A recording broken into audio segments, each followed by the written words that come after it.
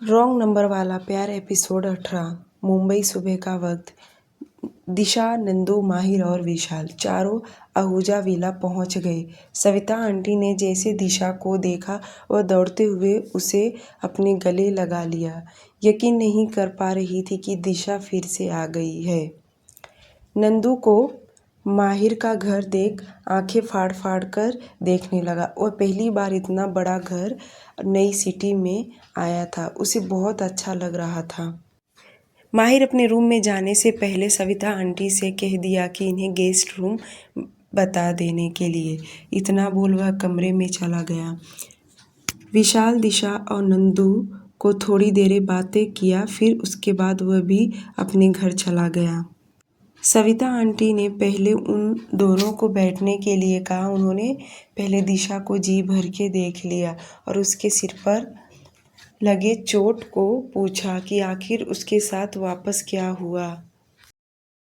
दिशा ने सब कुछ सविता आंटी को सच सच बता दिया। दिशा की बातें सुन सविता आंटी को तकलीफ हुआ। फिर उन्होंने कहा कि अब यहाँ आ गई हो तो अब किसी बात का फिक्र नहीं है। नंदू तो एक जगह बैठ नहीं रहा था। वह पूरे आहूजा विला में घूमने लगा। वह हर एक सोफे पर बैठकर कूद के देख रहा था। उसे इतना मखमली सोफा देख उछलने लगा और उनके घर के सभी सर्वेंट के साथ वह इतना हिल मिल गया और दौड़ते हुए पहले गार्डन में गया जहाँ स्विमिंग पूल था। सविता आंटी ने दिशा को गेस्ट रूम में ले गई, जहाँ पर पहले ही दिशा रह चुकी है। उसे वह रूम देख याद आया कि वह किस तरह यहाँ बेजान सी पड़ी थी जब वह बीमार पड़ गई थी। यह सब नज़ारा उसकी आंखों के सामने आने लगा। दिशा बाथरूम में फ्रेश होने चली गई। वहीं सविता आंटी ने उसके लिए 2 जोड़ी कपड़े भिजवा दिए। ये कपड़े उसके ही पहले के थे जो वह छोड़ कर गई थी। दूसरी तरफ इटली रोम सिटी। रात को अथर्व अपने स्टडी रूम में ही लेटा रहा। सुबह उठकर वह अपने कमरे में आया और रेडी होने लगा। वहीं शगुन अभी भी सोई थी। वह करीब 9 बजे सोकर उठी। वह उठकर बेड पर बैठ गई और अपने दोनों पैरों को फोल्ड करके अपना मुंह उसमें छुपाकर सोचने लगी कि उसके माँ बाबा क्या करते होंगे। वह उसके लिए बहुत परेशान हो रहे होंगे। यही सब सोचकर वह फिर से अंदर से परेशान होने लगी और अचानक से उसकी आंखों में आंसू आ गए जो लुढ़कते हुए गाल पर आ गिरे। उतने में सर्वेंट लूसिया उसके लिए ब्रेकफास्ट कमरे में लेकर आई, क्योंकि 9 बज के जा रहा था और शगुन अभी सोकर उठी। सर्वेंट लूसिया को देखकर शगुन ने कोई रिएक्ट नहीं किया, बल्कि वह बेड पर से उठकर फ्रेश होने वॉशरूम में चली गई।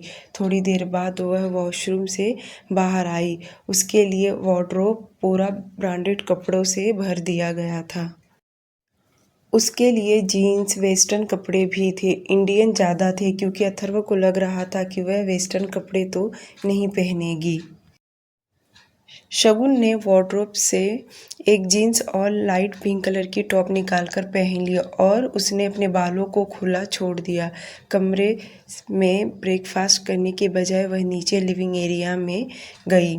सर्वेंट के सिवाय लिविंग एरिया में इस वक्त कोई भी नहीं था, क्योंकि अथर्व तो ऑफिस निकल गया था। शगुन ने पेट भर के ब्रेकफास्ट किया। उसके बाद वह सोफे पर बैठी थोड़ी देर टीवी देखी। जैसे समय निकल रहा था वह सर्वेंट लूसिया को अपनी टूटी फूटी इंग्लिश में बोलने की कि उसे गार्डन में जाना है। शगुन को इंग्लिश तो आ रहा था, पर जिस तरह से इटालियन लोग बोल रहे थे उसे उस तरह से बिल्कुल भी नहीं आ रहा। शगुन विला के बाहर पूरा गार्डन घूमने लगी। उसने स्विमिंग पूल के पास जाकर अपने पैर लटकाकर उसमें बैठ गई। गार्ड ने हर वक्त अपडेट अथर्व को देता रहा। ऐसे ही उसने लगभग 2 घंटे बिता दिए। इधर ऑफिस में बैठे अथर्व को भी लग रहा था कि शगुन को वक्त देना चाहिए, इसलिए वह धीरे धीरे सब कुछ भूल जाएगी और यहाँ पर अच्छे से रहने लगेगी कि उसे बेवजह में कैद नहीं करना चाहिए, नहीं तो वह बिल्कुल चिड़चिड़ी हो जाएगी। शगुन ने ऐसे गार्ड को दिखाया कि वह यहाँ से कहीं नहीं जाने वाली। इन 2 घंटों में उसने सभी गार्ड को घूर घूर कर देख रही थी, क्योंकि उनकी शक्ल बिल्कुल भी इंडियन नहीं थी। उनकी स्किन बहुत ही वाइट कलर और सिर के बाल भी ब्राउन कलर के थे, जो कि शगुन सोच में पड़ गई कि आखिर वह है कहाँ इस वक्त। यहाँ के क्लाइमेट भी बहुत अजीब है। शगुन ने यहाँ से निकलने के लिए रास्ता ढूंढ लिया था। कैसे गार्ड के आंख में धूल डालकर भागेगी। मेन गेट पर 2 गार्ड आपस में बातें कर रहे थे। उतने में शगुन चकमा देकर गेट से बाहर निकल गई। वहाँ से इतनी स्पीड में भागी जैसे कोई 2 व्हीलर गाड़ी हो। वह इस वक्त भाग कर कहाँ जा रही थी उसे खुद नहीं पता। वह भागते भागते बहुत दूर निकल गई थी। इधर गार्ड को लगा कि शगुन विला का चक्कर लगा रही है, क्योंकि शगुन एक जगह कभी भी नहीं बैठ रही थी। वह विला के गार्डन में इधर उधर टहल रही थी, जिस वजह से उनकी नज़र भटकने लगी। वह पूरी कोशिश में लगी थी और जैसा उसने सोचा बिल्कुल वैसे ही उसने किया। इस वक्त इतनी दूर भागकर आ गई थी, अब वह पूरी तरह हांफने लगी। उसे अब भागा नहीं जा रहा था। और जब उसने बाहर का माहौल देखा, सभी के लैंग्वेज इंग्लिश, रोमन, स्पेनिश में बोल रहे थे। शगुन कुछ लोगों से मदद मांगने लगी। वह पहले हिंदी में बोल रही थी, अपने गांव का एड्रेस बता रही थी कि उसे दमदम सिटी जाना है। यहाँ तो कोई भी दमदम सिटी को नहीं जानता। अब वह भी सोचने लगी कि आखिर वह कहाँ है, और बाहर के सभी लोग एक जैसे दिख रहे थे। शगुन ने वहाँ के जो रास्ते पर लगे बोर्ड थे वह पढ़ने लगी। तब उसे समझ आया कि वह कहीं और है। कुछ ही देर में अथर्व ने गार्ड को कॉल किया शगुन का अपडेट जानने के लिए। गार्ड ने बताया कि मैम गार्डन में टहल रही हैं। ऐसे ही 1 घंटा बीत गया। शगुन बहुत ज़्यादा दूर निकल गई। वह सिर्फ चले जा रही थी। वह भागकर अपने घर जाना चाहती थी, पर कैसे जाए।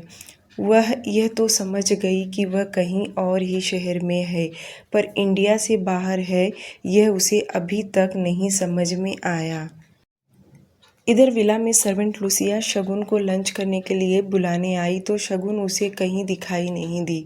उसने गेट पर खड़े गार्ड के पास गई और पूछा कि शगुन मैम कहाँ है। ये सुन गार्ड ने कहा कि वह गार्डन में होंगी। सर्वेंट लूसिया ने कहा, मैं अभी चेक करके आ रही हूँ, मैडम वहाँ नहीं है। गार्ड ने वापस कहा, हो सकता है वो अपने कमरे में गई हो। सर्वेंट लूसिया ने कहा, वह वहाँ पर भी नहीं है। पहले तो मैं वहाँ ही चेक की थी। अब क्या था, सभी गार्ड परेशान होने लग गए। कुछ गार्ड उसे गार्डन में ढूंढने लगे, तो कुछ गार्ड मिलके अंदर ढूंढने लगे। सब के सब इधर उधर फैल गए। 2 गार्ड विला से बाहर निकलकर शगुन को ढूंढने चले गए। उन्हें लगा कि वह जरूर विला से बाहर निकल गई है और ज़्यादा दूर भी नहीं गई होंगी, इसलिए वे लोग विला से निकलकर यहाँ वहाँ चेक करने लगे। इधर सर्वेंट लूसिया डरते हुए अथर्व को इन्फॉर्म कर दिया कि शगुन अपने कमरे में नहीं है, यहाँ तक कि वह विला में भी नहीं है। ये सुनते ही अथर्व की आंखों में गुस्सा उतर आया। उसे यकीन नहीं हुआ कि इतने गार्ड्स होने के बावजूद भी शगुन विला से कैसे निकल सकती है। अथर्व गुस्से से कॉल कट कर दिया और ऑफिस से निकल गया। थोड़े ही टाइम में अथर्व और उसका बॉडीगार्ड तेजा और असिस्टेंट एंटोनियो तीनों ही विला पहुंचे। अथर्व विला आते ही जो मेन गेट पर गार्ड्स था उसका जबड़ा पकड़ते हुए कहा, तुमसे इतनी लापरवाही कैसे हो सकता है कि वह बाहर निकल गई और तुमने ध्यान नहीं दिया। अथर्व ने दांत पीसते हुए सभी के तरफ देख कहा, मुझे वह एकदम सही सलामत मेरी आंखों के सामने चाहिए, नहीं तो सोच नहीं सकते मैं तुम लोगों के साथ क्या करूँगा। जाओ सबके सब लोग ढूंढो उसे। इस वक्त अथर्व किसी कामदेव से कम नहीं दिख रहा था। गुस्से की वजह से उसका चेहरा काला पड़ चुका था। सभी लोग देख सकते थे कि वह इस वक्त कितना गुस्से में धधक रहा है। कुछ ही गार्ड्स को छोड़कर सभी गार्ड्स शगुन को ढूंढने विला से निकल गए। उसका फोटो लेकर हर कोई यहाँ वहाँ ढूंढने लगा, पर वह किसी को मिल नहीं रही थी। इधर एंटोनियो ने पुलिस स्टेशन में इन्फॉर्म कर दिया था ताकि कोई प्रॉब्लम ना हो। उसने पुलिस वालों को यह बताया कि यह लड़की उसके बॉस की फियोंसी है। इधर शगुन एक जूस स्टॉल पर पहुंच गई। वह अंकल थे जिनकी उम्र लगभग 50 के ऊपर होगा। शगुन उनके पास जाकर पूछी, I need your help, which city is this? मुझे आपकी हेल्प चाहिए, ये कौन सी सिटी है? यह सुनते ही वह जूस वाले अंकल शगुन को नीचे से ऊपर तक देखने लगे। उन्हें भी समझ गया कि यह लड़की इटालियन तो नहीं है और इसकी इंग्लिश भी उन्हें कोई खास समझ में नहीं आया, जिसके चलते उन्होंने वापस पूछा, I don't understand what you're saying, can you explain it to me better?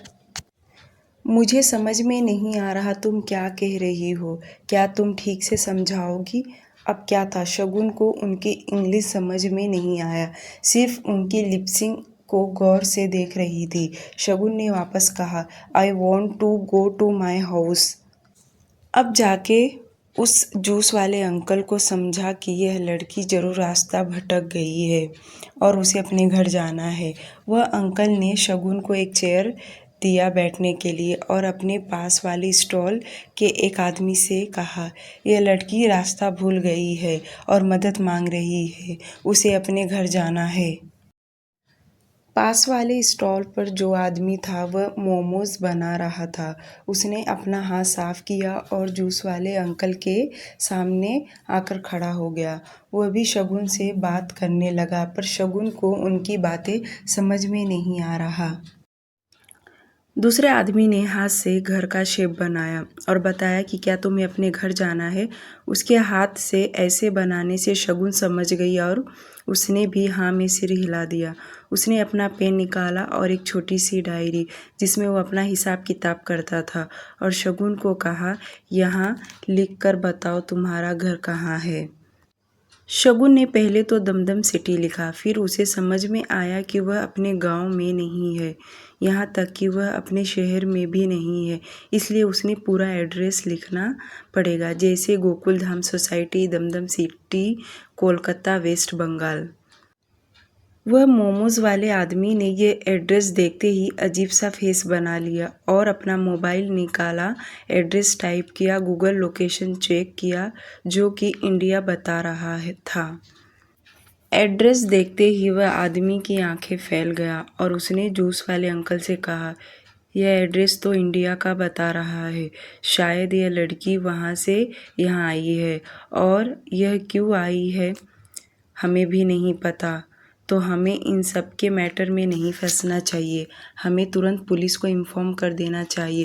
हो सकता है यह ड्रग्स स्मगलर की काम करती हो या कुछ और, हमें इन सब में नहीं फंसना चाहिए। हमें फ़ौरन पुलिस को इन्फॉर्म कर देना चाहिए ताकि इन सब से पुलिस निपट ले। अगर हमने इसकी मदद किया तो पुलिस के झांसे में हम सब का भी नाम आ जाएगा। आदमी की बातें सुन जूस वाले अंकल ने भी हाँ में सिर हिला दिया। उन्हें भी उसका सुझाव अच्छा लगा। कहीं ऐसा ना हो यह कोई बहुत बड़ी गैंग के लीडर हो, हमें नहीं इन सब में फंसना। पर वह जूस वाले अंकल को शगुन मासूम भी दिख रही थी। यह भी हो सकता है कि यह भटक गई हो या इसे किसी ने लाकर यहाँ छोड़ दिया हो। दूसरे वाले आदमी ने कहा, जो भी हो हमें इसे पुलिस को ही सौंप देना चाहिए, पुलिस निपट लेगी, हमें इन सब मामले में नहीं पड़ना। जूस वाले अंकल और वह मोमोज वाले आदमी ने दोनों ने अपने सुझाव से पुलिस को इन्फॉर्म कर दिया और उस छोटी सी डायरी पर लिखा कि हम तुम्हें पुलिस के पास लेकर चल रहे हैं, पुलिस तुम्हें तुम्हारे घर छोड़ देगी। शगुन को यह सुन बहुत अच्छा लगा कि वह पुलिस वाले के पास जाएगी ताकि पुलिस वाले ही उसे उसके घर छोड़ सकते हैं। उसके चेहरे पर हल्की स्माइल आ गया। वे दोनों आदमी शगुन को लेकर पुलिस स्टेशन पहुंच गए। पुलिस स्टेशन भी जाकर पुलिस वालों ने उसके सामने एक नोटबुक रखा, उसमें उसे लिखने के लिए कहा। लिखने की वजह से पुलिस वालों को भी समझ आ रहा था कि क्योंकि शगुन की इंग्लिश और उनकी इंग्लिश बहुत ही डिफरेंट थी। शगुन बहुत टूटी फूटी इंग्लिश बोल रही थी। वह बोलती थी पर उसका उन लोगों को कुछ खास समझ में नहीं आ रहा था। एंटोनियो के भेजे हुए फोटो और शगुन का पुलिस स्टेशन आना इत्तेफाक ही समझो। पुलिस वाले ने तुरंत ही एंटोनियो को खबर कर दिया कि आपने जिस लड़की का फ़ोटो हमें शेयर किया है वह इस वक्त पुलिस स्टेशन में है और आप आ जाइए। एंटोनियो ने तुरंत ही अथर्व को इन्फॉर्म किया कि शगुन मैम इस वक्त पुलिस स्टेशन में है और वह वहां जाकर इंडिया जाने के लिए जिद कर रही हैं। ये सुनते ही अथर्व अपना दांत पीसने लगा। आखिर यह लड़की वहां कैसे जा सकती है? इतने गार्ड्स के बावजूद भी वह विला से निकल गई। सभी गार्ड्स विला में इस वक्त मौजूद थे। सबने अपनी नज़रें नीचे झुकाए हुए खड़े थे। किसी की हिम्मत नहीं हुआ कि वह अपनी सफाई दे सके। अथर्व को इतना अपने गार्ड्स के ऊपर गुस्सा आ रहा था कि उसका दिल कर रहा था कि अब भी इसमें से एक दो को ख़त्म कर दे, जिनके वजह से शगुन घर से निकलने का मौका मिल गया था। इसका मतलब यह लोग लापरवाही काम करते हैं। कुछ ही देर में Atharva, Teja, Antonio police station पहुंच गए। अथर्व को देखते ही शगुन तो चेयर से उठ खड़ी हुई। उसके चेहरे की हवाइयां ही उड़ गई थी। वहीं इंस्पेक्टर आगे आकर अथर्व को हैंडशेक किया। पुलिस वाले ने बड़ी रिस्पेक्टफुली अथर्व से कहा, सर आपको यहाँ आने की कोई ज़रूरत नहीं था। आप कह देते तो हम मैम को आपके घर ड्रॉप कर देते। आप खामखा परेशान होकर यहाँ आए। अथर्व ने स्माइल करते हुए कहा, इसकी कोई ज़रूरत नहीं है। पुलिस वालों ने शगुन को ले जाने के लिए कह दिया और वहीं खड़ी शगुन जब पुलिस वाले और अथर्व को इतने प्यार से बातें करता देख समझ गई, यह आदमी बहुत ही पावरफुल है, जो कि पुलिस वाले भी इसकी इतनी इज्जत कर रहे हैं। इसका मतलब मुझे वापस इसके कैद में जाना पड़ेगा। अब वह अंदर से और भी परेशान होने लगी थी। वहीं एंटोनियो पुलिस वालों से बातें कर रहा था और अथर्व शगुन का हाथ पकड़ पुलिस स्टेशन से बाहर ले निकला और कार में उसे बिठा खुद भी बैठ गया। ड्राइवर ने कार चलाना स्टार्ट कर दिया। कुछ ही देर में वे लोग विला पहुंच गए। विला पहुंचते ही अथर्व कार में से गुस्से से बाहर निकला और कार के दूसरे साइड से दरवाज़ा खोल शगुन का हाथ पकड़ बाहर निकाला और उसे तेजी से विला के अंदर ले जाने लगा। इस वक्त इतना तेजी से चल रहा था कि शगुन उसके कदम से कदम मिला नहीं पा रही थी। वह कितनी दफ़ा तो लड़खड़ा गई और जब अथर्व सीढ़ियों पर तेजी से चल रहा था तो शगुन बिल्कुल भी चल नहीं पा रही थी। उसके कदम सीढ़ियों पर रखा ही नहीं जा रहा था कि तभी उसके पैरों के बैलेंस बिगड़ गया और वह जैसे गिरने वाली थी कि अथर्व ने उसे तुरंत पकड़ लिया। अथर्व ने अपनी मजबूत हाथों से उसे पकड़ गोद में उठा लिया और कमरे में ले जाते ही उसे बेड पर पटक दिया। उसका ऐसा करना शगुन तो अंदर तक कांप गई। उसे समझ गया कि उसने शैतान को जगा दिया है। अब उसका उससे बचना मुश्किल ही नहीं नामुमकिन है। शगुन के डर के माले होंठ कपकपा रहे थे। वहीं अथर्व उसे अपनी काली आंखों से घूर रहा था। उसने अपना ब्लेजर निकाल के सोफे पे फेंक दिया और अपने शर्ट के स्लीव्स को ऊपर फोल्ड करते शगुन के तरफ बढ़ा। अथर्व दांत पीसते हुए कहा, तुम्हारी हिम्मत कैसे हुआ यहाँ से भागने के लिए? तुम्हें भागने का बहुत शौक है, चलो अब भाग कर दिखाओ। शगुन की आंखों में आंसू तो पहले से ही था और उसके आंसू उसके गालों पर लुढ़क रहे थे, पर वह जोर से रो भी नहीं पा रही थी। शगुन धीरे धीरे बेड पर पीछे सरक रही थी।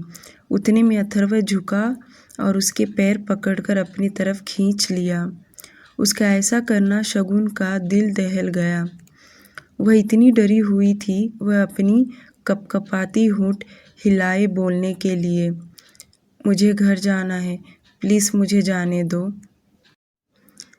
अथर्व ने शगुन के जबड़े को पकड़ मसलते हुए कहा, अच्छा बनने का सिर्फ तुम नाटक कर रही थी ना, ताकि मैं तुम पर भरोसा करके तुम्हें यहाँ वहाँ जाने की परमिशन दे दूँ, और मैंने भरोसा भी किया। मुझे लगा तुम आदत डाल रही हो यहाँ रहने की, पर ऐसा नहीं, मैं गलत था।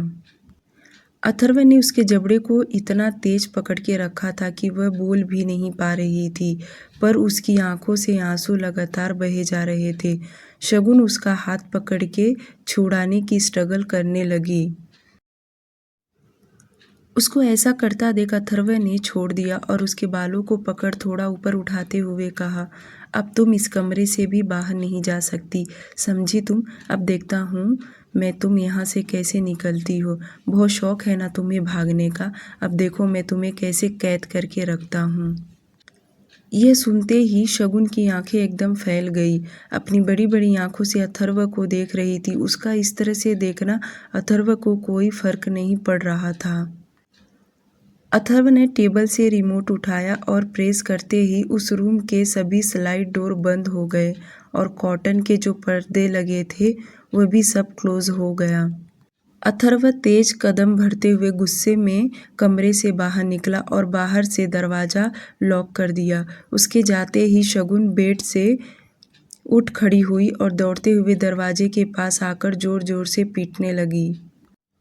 पर कुछ फ़ायदा नहीं, किसी की हिम्मत नहीं कि वह दरवाज़ा खोल सके।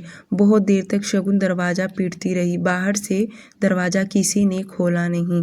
वह ऐसे ही रोते रोते दरवाजे के पास बैठ गई। उसके हाथों में दर्द होने लगा, पर दरवाज़ा खुला नहीं। इधर अथर्व स्टडी रूम में आया और अपना लैपटॉप ऑन करके शगुन के घर के फैमिली का व्यू देखने लगा, जहां उसकी मम्मी रो रो के बीमार पड़ गई थी। उसके बाबा पुलिस के चक्कर लगा लगा के थक गए थे। उनकी फैमिली में अभी भी दुख का माहौल बना था। राशि शगुन के हर एक सामान को देख देख के रोए जा रही थी। राशि को याद आया कि उसने अपनी बहन को 1000 रुपये दिए थे घूमने के लिए। राशि खुद को कोसने लगी कि उसने हर बार उसे घूमने के लिए फोर्स किया करती थी। काश उस दिन नहीं की होती तो आज ये दिन नहीं देखना पड़ता। ये 3 दिनों में उनके घर में उदासी फैला था। श्याम जी की बड़ी बेटी भूमिका भी यहीं आके रह रही थी। आसपास के लोग भी दुख जता रहे थे। वहीं कुछ और लोग भी थे जो तरह तरह की बातें बनाए जा रहे थे। बच्चे जितने आजकल के भोले बनते हैं उतने रहते नहीं। क्या पता कॉलेज में कोई रहा होगा, परीक्षा ख़त्म होते ही भागने का विचार बना लिया हो। ये सब बातें वे लोग बोल रहे थे जिनकी उम्र 60 के ऊपर थी। उन्हें यही लग रहा था कि आज के बच्चों को सीधा साधा नहीं समझना चाहिए। श्याम जी किसी के भी बातों का कोई जवाब नहीं दे रहे थे। उन्हें तो सिर्फ अपनी लाडली भोली भाली बेटी की फिक्र सता रहा था। न जाने कहाँ किस हाल में होगी, क्या हुआ है उसके साथ, कहाँ है। तरह तरह के उन्हें ख्याल आ रहे थे। उनकी आंखों में अपनी बेटी के लिए डर बसा था, क्योंकि उनके सिवा कोई नहीं जानता था कि उनकी बच्ची की कितनी सारी कमजोरियां हैं। अकेले कहीं आ जा नहीं सकती, लोग क्या कहते थे उन्हें उससे कोई फ़र्क नहीं पड़ता था। उन्हें अपनी बेटी पर पूरा भरोसा था कि वह ऐसा काम तो कभी नहीं करेगी। ज़रूर उसके साथ कुछ तो हुआ है। राशि के कंपनी से एचआर का कॉल आया कि वह 3 दिन से बिना इन्फॉर्म किए ऑफिस क्यों नहीं आ रही है। राशि ने एचआर को शॉर्ट में एक्सप्लेन कर दिया कि उसके घर में उसकी सिस्टर मिसिंग है, जिसके चलते वह ऑफिस कुछ दिन और नहीं आ सकती। एचआर ने भी उसकी छुट्टी की एप्लीकेशन एक्सेप्ट कर लिया और कहा जब उसे आना हो तो एक दिन पहले इन्फॉर्म कर देना। इधर अथर्व स्टडी रूम में बैठे उनके घर के सभी के एक्सप्रेशन देख चुका था, पर उसके पत्थर दिल जरा भी पिघलने का नाम नहीं ले रहा। कई दफ़ा उसके दिमाग ने उससे कहा कि यह लड़की और उसकी फैमिली बहुत इनोसेंस है, पर उसका दिल मानने को तैयार नहीं। वह शगुन को नहीं जाने दे सकता था। अथर्व स्टडी रूम में बैठे इटालियन सिगरेट का पैकेट निकालकर जलाया और रिलैक्स होकर लंबी लंबी कश लेने लगा। थोड़े ही देर में स्टडी रूम में पूरे धुएं से भर गया और वह न जाने बैठे बैठे कितने सारे सिगरेट ख़त्म कर दिया, जिसका अंदाज़ा उसे खुद भी नहीं था। दूसरी तरफ मुंबई। माहिर सुबह में फ्रेश होकर ऑफिस चला गया। ऑफिस पहुंचने के बाद उसने विशाल को एक बहुत ही इम्पोर्टेंट काम दिया। यह काम उस ठाकुर का था जिसने दिशा को किडनैप किया था। दूसरी बात, माहिर के ऊपर भी ठाकुरों के लोगों ने हमला किया था, पर माहिर से तो वे लोग जीत नहीं सकते। पर दिशा का जो उन्होंने हालत ख़राब किया था, उसका बदला माहिर बखूबी लेना चाहता था। जब माहिर होटल में खाना खाने के टाइम नंदू से पूछा था कि आखिर वे दोनों जाना कहाँ चाहते हैं, जिसके बदले में नंदू ने बातों ही बातों में कहा था कि उसकी दीदी कह रही थी कि घर वालों से ही प्रॉब्लम है, इसलिए वह घर नहीं जाना चाहती थी। पर वह नंदू को अपने साथ लेकर शहर छोड़कर दूसरी जगह जाना चाहती थी। माहिर बैठे बैठे बहुत कुछ सोच लिया, आखिर मांजरा क्या है। माहिर को अब उसके फैमिली बैकग्राउंड डिटेल्स निकालना था, ताकि पता लगा सके कि उसकी फैमिली में ऐसा कौन है जो उसे इतना टॉर्चर करना चाहता है। माहिर को ख्याल आया कि दिशा को इन सब के बारे में ज़रूर पता होगा, क्योंकि जब नंदू ने कहा था कि उसकी दीदी शहर छोड़ के जाने के लिए कह रही है, इसका मतलब दिशा को उस शख्स का नाम पता है। वह जान गई है कि उसका दुश्मन कौन है। शाम के टाइम काम निपटा कर माहिर घर के लिए निकला। जब वह घर पहुंचा तो देखा सविता आंटी के साथ नंदू बातें कर रहा था और दिशा कमरे में थी। माहिर को देख नंदू सोफे से उठ खड़ा हुआ। उसके चेहरे पर दुनिया जहां की खुशी थी। नंदू दौड़ते हुए माहिर के पास आया और साइड से हग कर लिया। नंदू का ऐसा करना सभी सर्वेंट ने देख लिया। सबको माहिर का गुस्सा पता था कि जब वे गुस्से में होता है तो सबका क्या हाल कर देता है। माहिर ने भी नंदू को एक साइड से हग कर लिया। उसका घर आज पूरा चहल पहल से भरा था। नंदू के हंसने की आवाज़ पूरे लिविंग एरिया में गूंज रहा था। उसकी जो टीवी हमेशा बंद रहता है, आज नंदू ने टीवी लगाकर एक्शन मूवी देख रहा था और साथ ही साथ में कई तरह के एक्टिंग भी किए जा रहा था। नंदू ने माहिर से रिक्वेस्ट करते हुए कहा कि मुझे मुंबई घूमना है, मुझे जानना है कि मुंबई में क्या क्या फेमस है, ताकि वह अपने दोस्तों को भी बता सके कि वह मुंबई में कितना कुछ देखा है। नंदू की बातें सुन माहिर हल्का मुस्कुरा दिया और कहा, कल तुम रेडी रहना, विशाल तुम्हें पूरा मुंबई घुमा देगा। माहिर के स्वभाव से नंदू बहुत खुश था। उसे तो माहिर एकदम जेंटलमैन लग रहा था। माहिर भी नंदू के साथ एकदम भाई की तरह पेश आ रहा था, क्योंकि उसे भी फैमिली प्यार नहीं मिला है, जिसके लिए वह भी तरसता रहा। माहिर की नज़रें चारों तरफ घूम रहा था। वह दिशा को ढूंढ रहा था, पर दिशा उसे कहीं दिखाई नहीं दी। माहिर ने बात घुमाते हुए नंदू से पूछा, तो तुम और तुम्हारी बहन दोनों जाओगे कल घूमने? माहिर की बातें सुन नंदू मुंह बनाते हुए कहा, दीदी और घूमने कभी नहीं, वह तो बहुत ही बोरिंग है, और अगर उन्हें पता चला ना कि मैं घूमने जा रहा हूँ तो वह मुझे कभी नहीं जाने देंगी। तो आप ही कुछ करिए ना, जिसकी वजह से मुझे घूमने जाने दे। नंदू की बातें सुन माहिर अपनी हंसी रोक न सका। वह हल्का ही सही पर हंस दिया और फिर नंदू से पूछा, वैसे तुम्हारी हिटलर दीदी है कहाँ? नंदू माहिर के पास बैठते कहा, दीदी तो इस वक्त सो रही हैं, पता नहीं उन्हें कैसे नींद आता है। इतनी अच्छी शहर, इतना अच्छा घर, इतने अच्छे लोग, मुझे तो नींद ही नहीं आएगा। तभी सविता आंटी माहिर के पास आते बोली, माहिर बाबा आपके लिए खाना लगा दूँ? दिशा के लिए मैं उसे उसके कमरे में भेजवा देती हूँ। माहिर ने कुछ नहीं कहा। वह अभी उसके कमरे में जाके कुछ पूछ नहीं सकता, इसलिए वह सोचा कि बाद में जाके बात कर लूँगा। कुछ ही देर में माहिर फ्रेश होकर नीचे आया। वह डाइनिंग टेबल पर बैठा, उसके साथ नंदू भी बैठा। आज वह दोनों साथ में डिनर किए। वहीं सविता आंटी ने दिशा के लिए उसका खाना उसके कमरे में भिजवा दिए। दिशा अभी भी सोई थी क्योंकि वह बहुत थक चुकी थी और अब जाकर उसे कहीं अच्छी नींद लगी और मेडिसिन्स की वजह से उसे काफ़ी नींद आ रहा था। देर रात को जब माहिर दिशा के कमरे में गया, नंदू इस वक्त दूसरे कमरे में सोया था।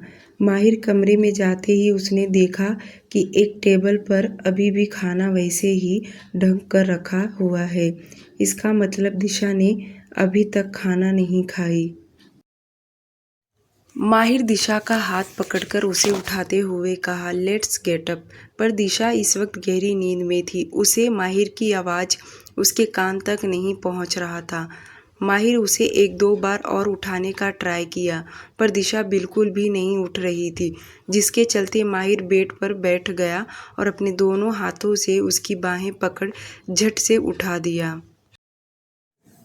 दिशा नींद में हड़बड़ाकर उठकर बैठ गई और जैसे उसने अपनी आंखों के सामने माहिर को देखा तो उसकी नींद ही गायब हो गया। वह माहिर को डरते हुए देखने लगी कि अचानक से अपने भाई का याद आया कि वह कहाँ है। दिशा कुछ कहती कि उसके पहले ही माहिर ने टेबल की ओर इशारा करते हुए कहा, इतनी रात हो गया, तुमने अभी तक खाना क्यों नहीं खाई? दिशा ने धीरे से कहा, मेरा भाई कहाँ है? मेरे सवालों का ये जवाब नहीं है। मैंने कहा तुमने अभी तक खाना क्यों नहीं खाई? तुम्हें मेडिसिन्स भी खाना है ना? माहिर की बात सुन दिशा ने हाँ में सिर हिला दिया और धीरे से बोली, मुझे मेरे भाई को एक बार देखना है। माहिर ने कहा, वह खाना खाकर दूसरे रूम में सो गया है। तुम चाहो तो जाकर उसे देख सकती हो। आज के लिए सिर्फ इतना ही। प्लीज़ मेरे चैनल को सब्सक्राइब कर दीजिए और एपिसोड कैसा लगा प्लीज़ कमेंट में बताना। Thank you.